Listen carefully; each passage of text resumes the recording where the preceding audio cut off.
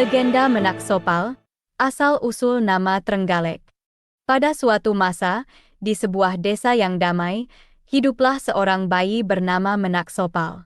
Bayi ini dirawat dengan penuh kasih oleh Ki Ageng Sinawang dan Raden Ayu Saraswati. Di tengah malam yang hening, Menak Sopal yang sedang terlelap dalam tidurnya memancarkan sinar yang mempesona, seolah-olah ia adalah kunang-kunang yang berkelip di tengah kegelapan.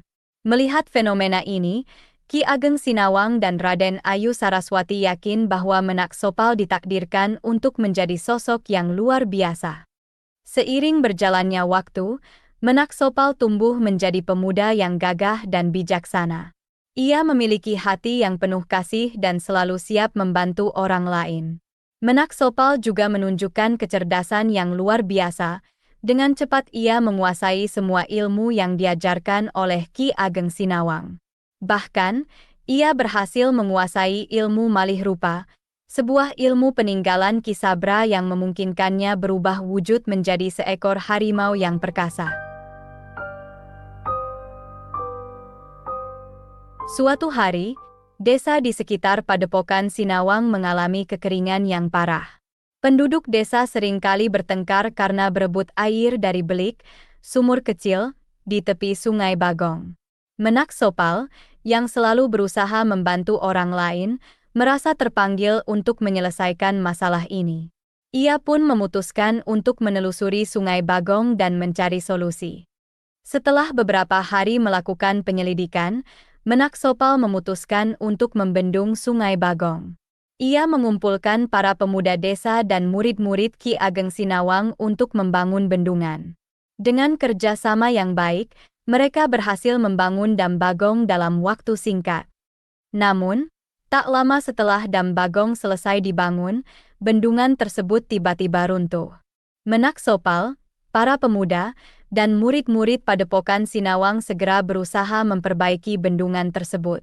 Namun, setiap kali mereka memperbaiki bendungan tersebut selalu runtuh kembali.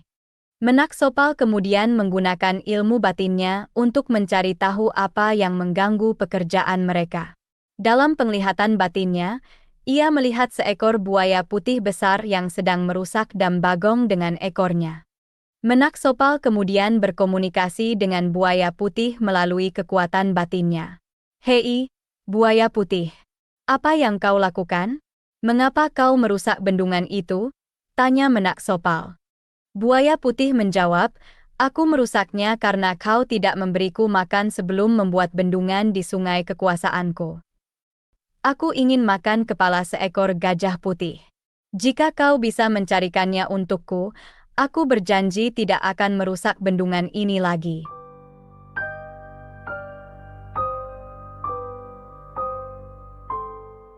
Menak Sopal kemudian menyampaikan permintaan buaya putih kepada para pemuda dan murid-murid Padepokan. Mereka merasa bingung, karena hanya Embok Randa di desa Krandon yang memiliki gajah putih. Namun, Menak Sopal yakin bahwa ia bisa meyakinkan Embok Randa untuk meminjam gajah putih tersebut. Menak Sopal kemudian pergi ke desa Krandon untuk menemui Embok Randa. Ia ditemani oleh seorang pemuda yang tahu letak rumah Embok Randa. Ketika sampai di rumah Embok Randa, Menak Sopal menyampaikan keinginannya untuk meminjam gajah putih milik Embok Randa selama 3 hari. "Kami hanya meminjamnya selama 3 hari. Setelah itu, kami akan mengembalikannya," ujar Menak Sopal. Embok Randa bertanya, "Jika terjadi sesuatu, siapa yang akan bertanggung jawab?" Menak Sopal menjawab, "Yang bertanggung jawab adalah Padepokan Sinawang. Aku adalah murid Ki Ageng Sinawang." Embok Randa kemudian setuju untuk meminjamkan gajah putihnya. Menak Sopal membawa gajah putih tersebut ke tempat pembangunan Dam Bagong. Gajah putih tersebut kemudian disembelih dan kepalanya dilemparkan ke dalam Sungai Bagong. Setelah itu, Dam Bagong dibangun kembali. Kali ini, bendungan tersebut tidak runtuh lagi. Dam Bagong segera terisi penuh dengan air dan belik-belik di sepanjang Sungai Bagong kembali dipenuhi air.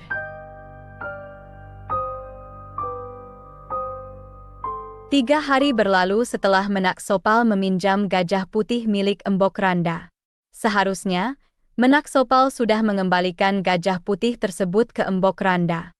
Namun, hingga 1 bulan lebih, gajah putih tersebut belum kembali. Akhirnya, Embok Randa marah dan mengumpulkan seluruh penduduk desa Krandon untuk menyerang Padepokan Sinawang. Di tengah perjalanan menuju Padepokan Sinawang, Embok Randa bertemu dengan Menak Sopal yang sedang berkeliling desa. "Pemuda yang meminjam gajah putihku. Ayo, sekarang kembalikan," hardik Embok Randa. Menak Sopal menjawab dengan jujur, "Maafkan aku, Embok Randa. Gajah putih itu sudah kusembelih. Kepalanya kuberikan pada buaya putih penguasa Sungai Bagong. Buaya itu berjanji, setelah makan kepala gajah putih, ia tidak akan merusak bendungan yang kubangun. Bendungan itu dibuat untuk membantu memenuhi kebutuhan air para penduduk dan petani." Namun, Embok Randa tidak percaya dengan kata-kata Menak Sopal. Ia kemudian memerintahkan penduduk desa Krandon untuk menyerang Menak Sopal. Menak Sopal memilih untuk tidak melawan dan berlari untuk menyelamatkan diri. Penduduk desa Krandon terus mengejar Menak Sopal. Menak Sopal terpojok dan memutuskan untuk menggunakan ilmu malih rupanya untuk menyelamatkan diri. Ia kemudian terjun ke dalam Dam Bagong.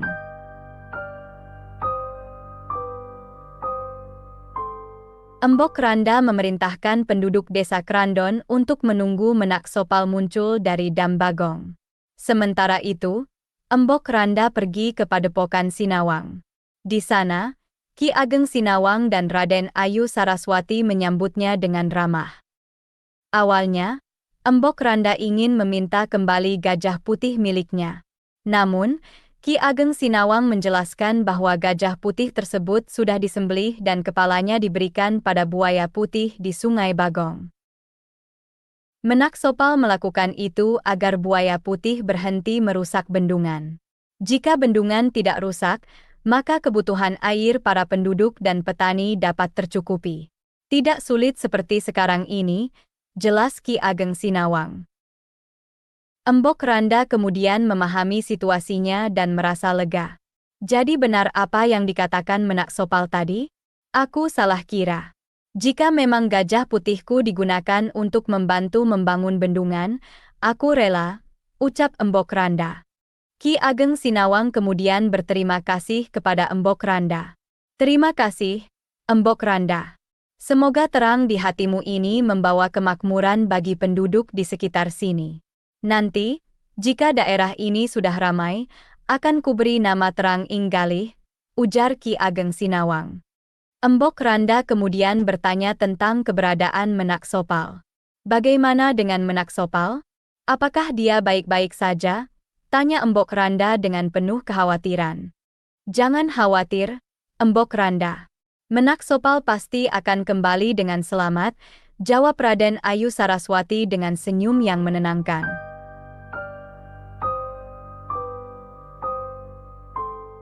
Sementara itu, Menak Sopal yang telah berubah wujud menjadi harimau, berhasil meloloskan diri dari kejaran penduduk desa Krandon. Ia berlari sejauh mungkin dan akhirnya memutuskan untuk beristirahat di tepi Dam Bagong. Ia kemudian kembali ke wujud aslinya dan memandangi Dam Bagong yang telah selesai dibangun. Ia merasa lega melihat Dam Bagong yang kini telah penuh dengan air dan belik-belik di sepanjang Sungai Bagong kembali dipenuhi air.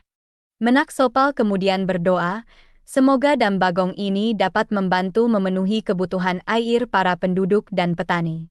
Semoga mereka tidak perlu lagi bertengkar karena berebut air. Setelah berdoa, Menak Sopal kemudian berdiri dan memandang ke arah desa. Ia tahu bahwa ia harus kembali ke Padepokan Sinawang dan menjelaskan semua yang telah terjadi kepada Ki Ageng Sinawang dan Raden Ayu Saraswati. Ia juga tahu bahwa ia harus meminta maaf kepada Embok Randa dan penduduk desa Krandon. Dengan langkah yang mantap, Menak Sopal kemudian berjalan kembali ke Padepokan Sinawang. Ia tahu bahwa jalan yang harus ia tempuh tidak akan mudah, tetapi ia juga tahu bahwa ia harus bertanggung jawab atas semua yang telah ia lakukan. Dan begitulah kisah Menak Sopal, seorang pemuda yang berani mengambil risiko untuk membantu orang lain. Kisahnya menjadi legenda yang diceritakan dari generasi ke generasi, sebagai simbol keberanian dan pengorbanan untuk kebaikan bersama.